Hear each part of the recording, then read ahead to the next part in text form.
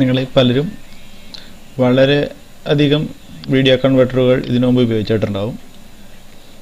പല പല ആവശ്യങ്ങൾക്കായിട്ട് പലതരം ഇലക്ട്രോണിക് ഉപകരണങ്ങൾക്കോ അല്ലെങ്കിൽ നെറ്റിലേക്കോ വീഡിയോ കൺവെർട്ട് ചെയ്ത് അപ്ലോഡ് ചെയ്യുന്നതിനും മറ്റും ട്രാൻസ്ഫർ ചെയ്യുന്നതിനായിട്ടൊക്കെ പലതരം വീഡിയോ കൺവെർട്ടർ ഉപയോഗിച്ചിട്ടുണ്ടാവും.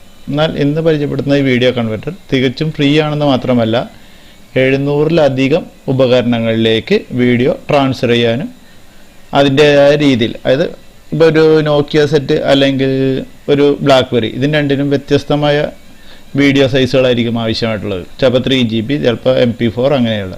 അപ്പോൾ അതിലേക്കെല്ലാം വ്യത്യസ്തമായ അളവുകളിലും ഫോർമാറ്റുകളിലും ഉള്ള, അതായത് 700-ലധികം എന്നുണ്ടെന്ന് ശ്രദ്ധിക്കുക. അത്രയധികം ഉപകരണങ്ങൾക്ക് സപ്പോർട്ട് ചെയ്യുന്ന രീതിയിൽ ഒരു വീഡിയോ കൺവെർട്ട് ചെയ്യാൻ ഈ ഉപകരണത്തിന്, ഈ സോഫ്റ്റ്വെയറിനാവും. ആദ്യം ചെയ്യേണ്ടത് ആഡ് വീഡിയോ എന്നതിൽ ക്ലിക്ക് ചെയ്ത് ഫയൽ സെലക്ട് ചെയ്യുക. ഒരു വീഡിയോ ഫയലാണ് നമ്മൾ സെലക്ട് ചെയ്ത് കൊടുക്കേണ്ടത്.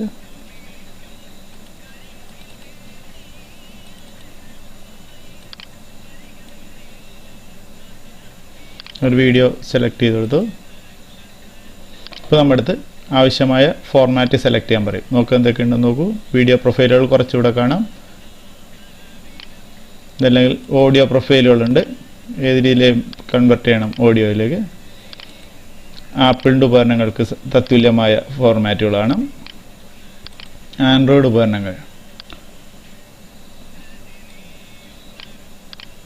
ധാരാളം കമ്പനികളുടെ ധാരാളം മോഡലുകൾക്ക് സപ്പോർട്ടാവുന്ന രീതിയിൽ വീഡിയോ കൺവെർട്ട് ചെയ്യാൻ പറ്റും. ഇവിടെ നമുക്ക് ആവശ്യമായ കമ്പനിയുടെ പേര് മാത്രം വേണമെങ്കിൽ സെലക്ട് ചെയ്യാം. HTC ആണെങ്കിൽ HTC, സാംസങ് ആണെങ്കിൽ സാംസങ്. ഇപ്പുറത്ത് വേറെ അധികം മൊബൈലുകൾ ധാരാളമുണ്ട്. ഒട്ടനവധി മൊബൈലുകൾ സപ്പോർട്ട് ചെയ്യും.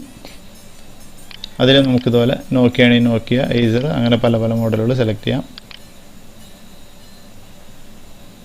ഇനി അടുത്തത് സോണി,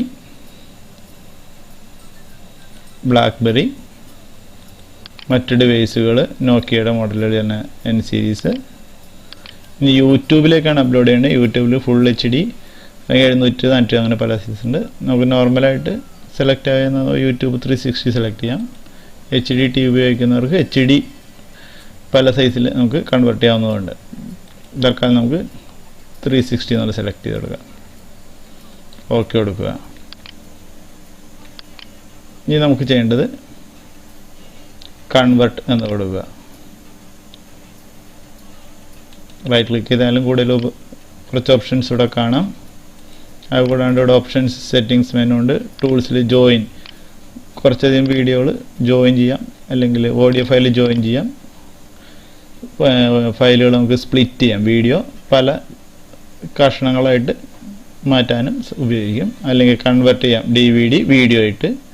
അതുപോലെ വീഡിയോ DVD ആയിട്ടും CD-യിലേക്ക് റൈറ്റ് ചെയ്തെടുക്കാനും ഈ സോഫ്റ്റ്വെയർ കൊണ്ട് സാധിക്കും. നമുക്ക് തൽക്കാലം കൺവെർട്ട് ചെയ്ത് നോക്കാം. കൺവെർട്ട് ബട്ടൺ പ്രസ് ചെയ്യുക. പ്രിവ്യൂ ആണെങ്കിൽ കൂടെ പ്രിവ്യൂവിൽ പ്രസ് ചെയ്ത് നോക്കാം.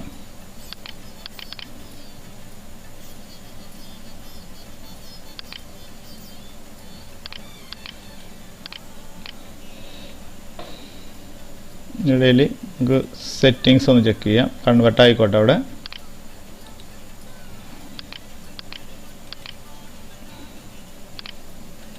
കൺവെർട്ട് ആവുന്ന നേരം കൊണ്ട് നമുക്ക് ഓരോ സെറ്റിങ്സൊക്കെ ഒന്ന് ചെക്ക് ചെയ്യുകയാണ്. നോക്കുക, ഇത് ഔട്ട്പുട്ട് ഫോൾഡർ. നമ്മൾ കൺവെർട്ട് ചെയ്യുന്ന വീഡിയോ ഏത് ഫോൾഡറിലേക്ക് വരണം തീരുമാനിക്കാൻ. നിലവിൽ വീഡിയോയുടെ അതേ പേരിൽ തന്നെ ഓവർ റൈറ്റ് ആവും. അതുകൊണ്ട് ഇത് ടിക്ക് ഇടേണ്ട ആവശ്യമില്ല. നമ്മുടെ ഒറിജിനൽ ഫയൽ മിസ്സാവാതിരിക്കാൻ ടിക്ക് ഇടണ്ട. പിന്നെ കൺവെർഷൻ കഴിഞ്ഞതിന് ശേഷം ഓട്ടോമാറ്റിക്കായിട്ട് ഫോൾഡർ ഓപ്പൺ ആവണോ എന്ന് തീരുമാനിക്കാൻ ഇവിടെ വേണമെങ്കിൽ ടിക്ക് ഇടാം. പിന്നെ സ്ക്രീൻഷോട്ട് എടുക്കുന്നത്, വീഡിയോയിൽ നിന്ന് സ്ക്രീൻഷോട്ട് എടുക്കുന്നത് എവിടെ സേവ് ചെയ്യണമെന്ന് തീരുമാനിക്കാൻ ഈ ഫോൾഡർ നമുക്ക് സെലക്ട് ചെയ്ത് കൊടുക്കാം. സ്നാപ്ഷോട്ട് ഏത് ഫോർമാറ്റിൽ